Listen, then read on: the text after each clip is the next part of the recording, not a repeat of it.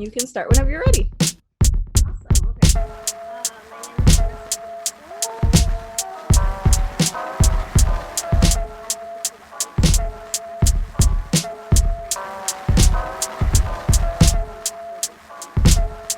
Dope. So we like to start interviews with the first question. Are you hood grown? And if so, has that influenced your aesthetic?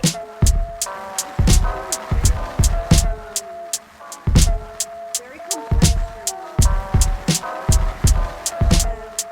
was born and raised here in Western Mass.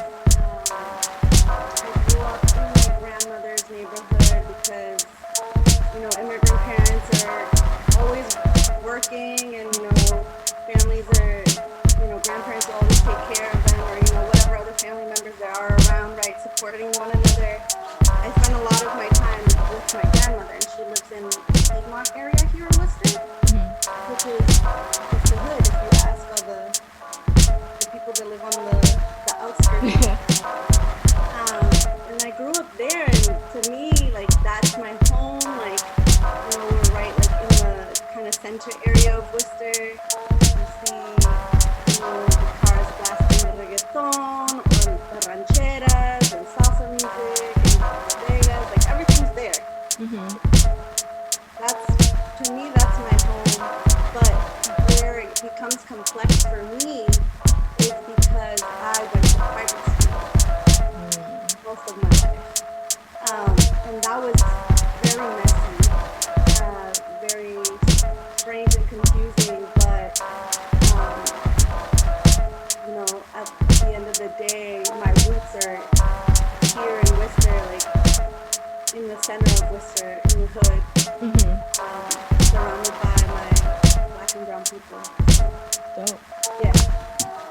Before we get into the amazing work you're doing, I just want to do a quick temperature check of how you're feeling. How are you feeling? How are you coping? How are you caring for yourself during these times?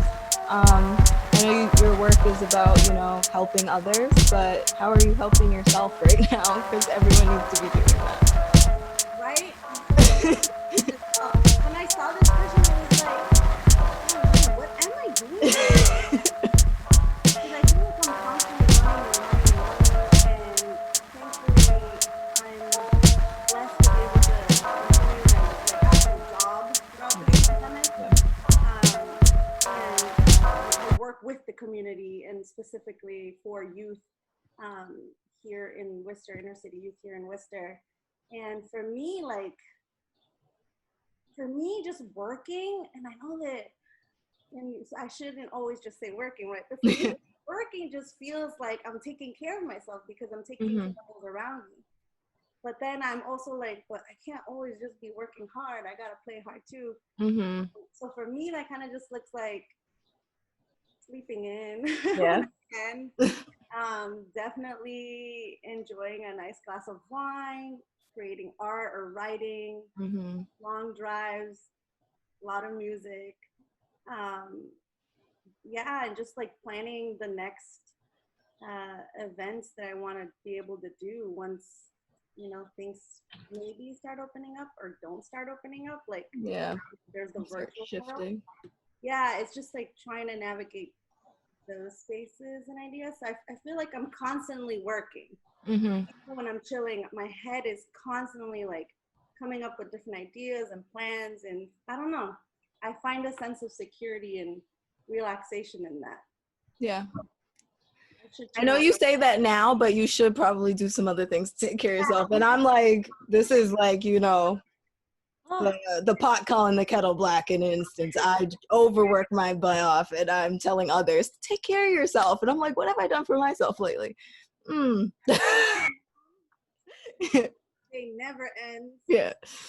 Yeah. He's 7, so he's constantly like tugging at me too, but yeah, that's another layer I don't even have to experience. So you're definitely doing a lot, girl. So kudos. Can you tell me about the mission of El Salon, and have you seen the mission shifting during, 1, the pandemic, and 2, this new wave of our civil rights movement? Yes. So El Salon's mission is to basically amplify Black and brown talent here in Worcester, Mass. I know I do share a lot of stuff from outside of Worcester too, but like mainly we want to uplift and give a platform for the artists, Black and brown artists here in Mhm. the city of Worcester, to give them the opportunity to come together, to network, to showcase each other's talents and skills and share opportunities and create our own, you know, opportunities and spaces. And like El Salon for us is just a space where we can have any type of event. It could be musical, it could be art, spoken word, skate jams, you know, all kinds of things. Like we just want to be able to amplify and showcase what our people of color are doing here in Worcester, and Mhm. to be seen, um, because their work is beautiful, and they have amazing things to showcase and to say. And I feel like the art scene in Worcester is very white, and you know, like I go in and out of those spaces, but I never feel at home. And Mhm. because of that, I was like, no, we need to create our own thing. Right. It's hard to access those art spaces here in our city. Mhm. And if you do get to access them, it feels really uncomfortable, and you feel like you don't belong. Yeah, So you're like the only one in that space. You're the token if you're chosen, or it's just a very bizarre feeling, and I don't Mhm. want us to feel like that. I want us to come together and you know, rejoice in ourselves and celebrate Mhm. ourselves. So that's what El Salon has been aspiring to be. And Mhm. but in regards to the pandemic, oh, it's been hard. Yeah. I think we did a few things. I know Denzel Amoa, shout out to Denzel, who's amazing. He's from Impulse Scene. He's a DJ and a local artist. So he did like a little DJ set for us at the very beginning of the pandemic. Trying to think of other things we've done. It's just like the pandemic has been like wild. Mhm. Yeah. And so it's been hard to like be consistent and to make uh, you know, different kinds of activities, events, opportunities, like actually like come to life Mhm. virtual world now, because I feel like there's been so much going on. And I don't know, mostly it's me trying to juggle everything. Yeah. So with the kid and the homeschooling and then my job, it's Mhm. kind of hard, and I feel not the best that I haven't been able to do as much, but the ideas are still there, and like I'm trying to execute them. Yeah. Slowly but surely it will be executed. Yeah, no, I've seen, I mean, you're still posting, you're still out there, you're still like, I saw you all, painting Black Lives Matter on the street out in Worcester, and you all were a part of that, just being like, just present is important. So like showing up for those types of events and moments, at least you're able to record those times and be present and like be able to tell, your 7-year-old when he's 17, where were you? You can tell him, So Me, it's very important. Like if I can't put something together and bring people together, at least I want to be able to, you know, promote different artists mhm, that are doing different events in the city that are important for us, for the community of color, like the Black Lives Matter mural that was organized by a community organizer named M. Quiles, who's really dope. She's awesome. Another single mom who's like, she's hella fire. mhm, And that was such a beautiful project, just seeing the whole community come together. So like being able to just like share those opportunities and let people who maybe wouldn't know that's going on, hey, this is going on, show up, have your voices be heard. Like those types of things are important to me. And that if I can't make events happen, then I mhm. want at least to be able to do that. Yeah, dope.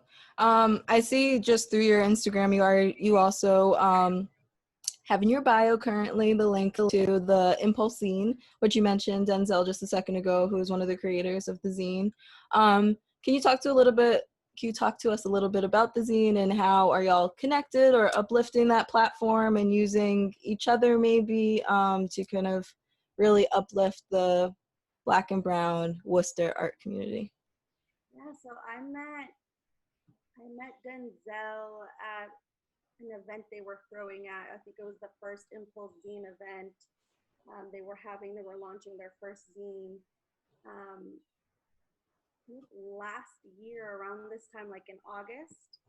And they're just really dope. Him and Ivory, I know it's him and Ivory Henry, who's another artist, multidisciplinary artist here in Worcester.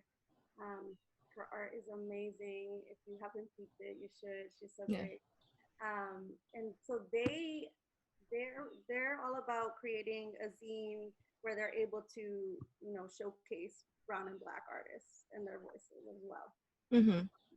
And they're much younger than I, so like shout out to the youth. They're amazing. Mm-hmm. Yeah, for sure. Yes. So as a high school teacher, I know they keep me on my toes. I'm not worried. I'm like, they're doing their thing. We're yeah. Yeah. So I was planning the first Salon event at the bridge, and I asked Denzel, or a friend of mine asked Denzel for me if he could DJ. Him and his friend Michael, who goes by Meat Sweat, who's another DJ. And then there was I think DJ Luna Mariposa. Oh my gosh, I can't remember his name, but or their name. They're mad dope as well. I met them through their first event, and then Denzel DJ'd for the El Salon event. They're a powerhouse. Mm-hmm. And Ivory, like, they're absolutely amazing, and they're really like about being the word is escaping me. They're just trying to dismantle shit, like, and I think that's, we can't like sugarcoat things and just, word things nicely. Like, they're trying to like be radical and abolish like this, white supremacist type of, community, and showcase and uplift, the people of color that live here, and that, make the city what it is. And they're just dope. They're a powerhouse. They're really dope. And they're working on some new projects, and Black Joy just happened. That was a beautiful event that went on, and they reached out to El Salon and Queer the Scene. Also Floetic Fridays, which is a Clark group that also does a lot of art and poetry and dance for the students of color at Clark. Oh, nice. We all came together, but it was Denzel and Ivory and Rachel, who's from Floetic Fridays, that really like birthed. You could cut that out. Yeah. Black Joy. And they came to me and they're like, we want to do this at the bridge. And I should explain what the bridge is, because I feel like I'm throwing that out there a lot, but I'll get to that. They wanted to do it at the bridge, and I was like, hell yeah, like, this is important. This is, all of this madness, and it feels like the world is on fire, and we need to be able to have a space, and and not just always, or not, we're protesting and we want our voices to be heard, but I think it's also important to celebrate being Black and brown and being Black. That's what Black Joy is. And they wanted it to be a space where they could, radically celebrate being Black, and allowing people in our community to come there, donate money, and enjoy, being together, especially in a pandemic. And everyone was wearing masks. Everyone was very respectful. Good. But Keep they it were, it was such a beautiful event. And then they had a candlelight visual for Black trans folks that had passed, and we did a beautiful slideshow. We all had candles. It was serious. It was dead silent, like you could hear the crickets. It was absolutely beautiful, and so many different people from all over the city came over, and from different towns, which was surprising to me. From like really white towns, came through, and I was like, "This is dope!" Like we're, reaching the outskirts of Worcester and, spreading the word and the love. I think things like that are important. I'm losing myself in my. No, I love this story. I mean, I think this is great for you to share. I had no idea about this event. But can you go a little bit into the bridge just so we for folks who are like me from Boston and I don't know much about Worcester other than Clark versus like. Other than Clark, it is way out there. Yeah. So the bridge is an old textile mill that I think it was open up until like the late 90s or so. My grandmother actually worked there, sorting clothes and stuff. So it feels really full circle for me. I remember going there as a little girl when she would take care of me. But now it's abandoned. There's it's very rustic and grungy and dirty. The property manager of the space, his name is Dan Ford. He's a good friend of ours. He used to run, or does run it, is beginning to run again, a nonprofit where he teaches youth how to build and repair cars. So the basement of that building is just a bunch of old cars. Oh, dope. Classic cars, very dope.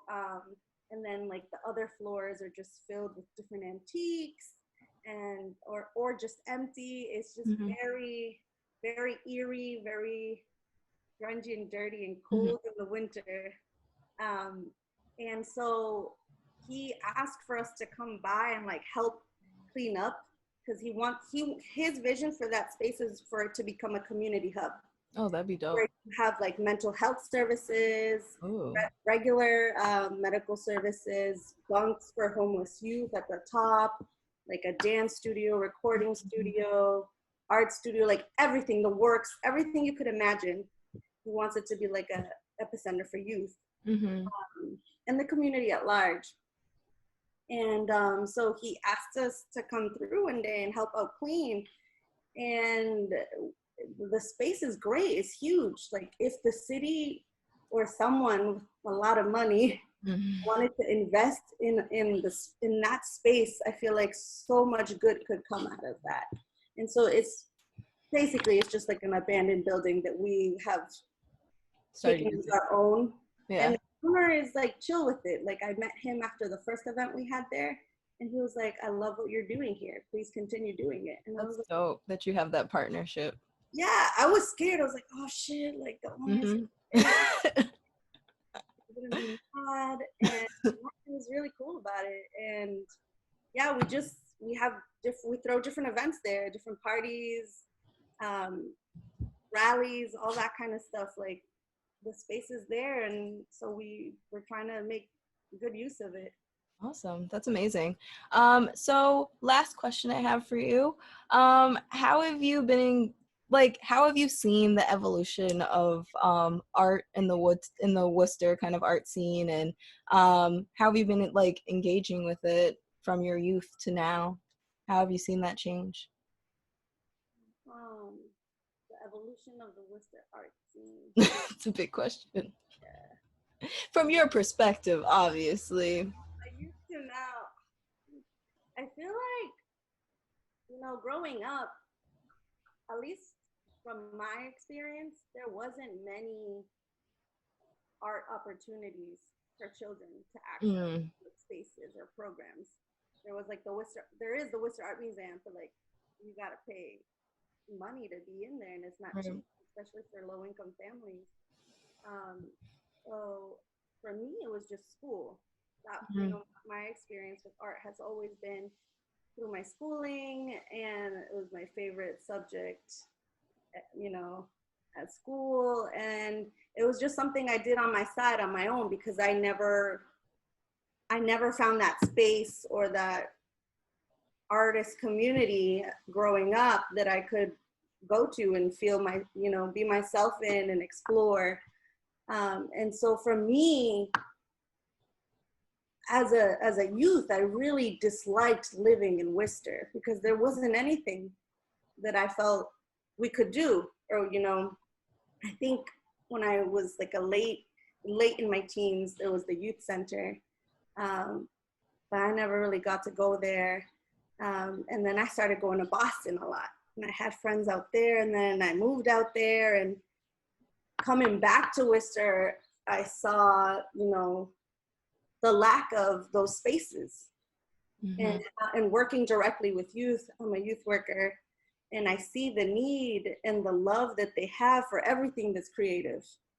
So for me, like, I was like, I want to create a space where we can bring arts to the community and inspire the youth and include the youth. It's not just for, like, you know, 21 plus or whatever, like, right. It's like multi-generational. And, you know, just inspire them so that then they can take over and make it their own.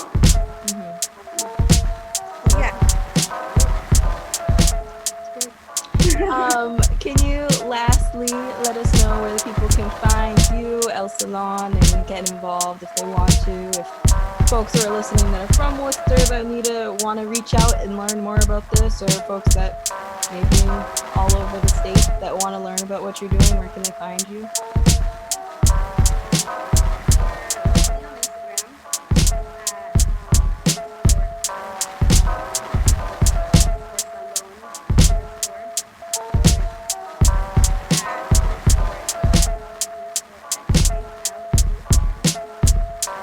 We'll put that all in the show notes just in case if you didn't get that.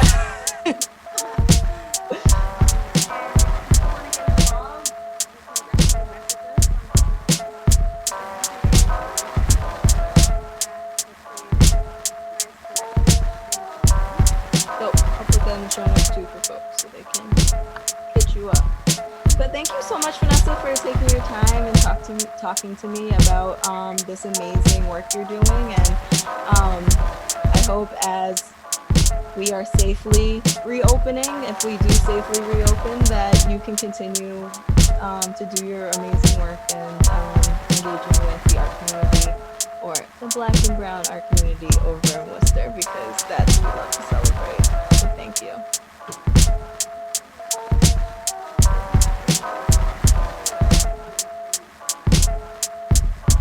And when? September. Awesome. So we're looking forward to those. We'll check up on your Instagram. We'll look at the posts. We'll be hip to that, and we will be sharing them as well. So thank you for sharing with us and telling me about your amazing work.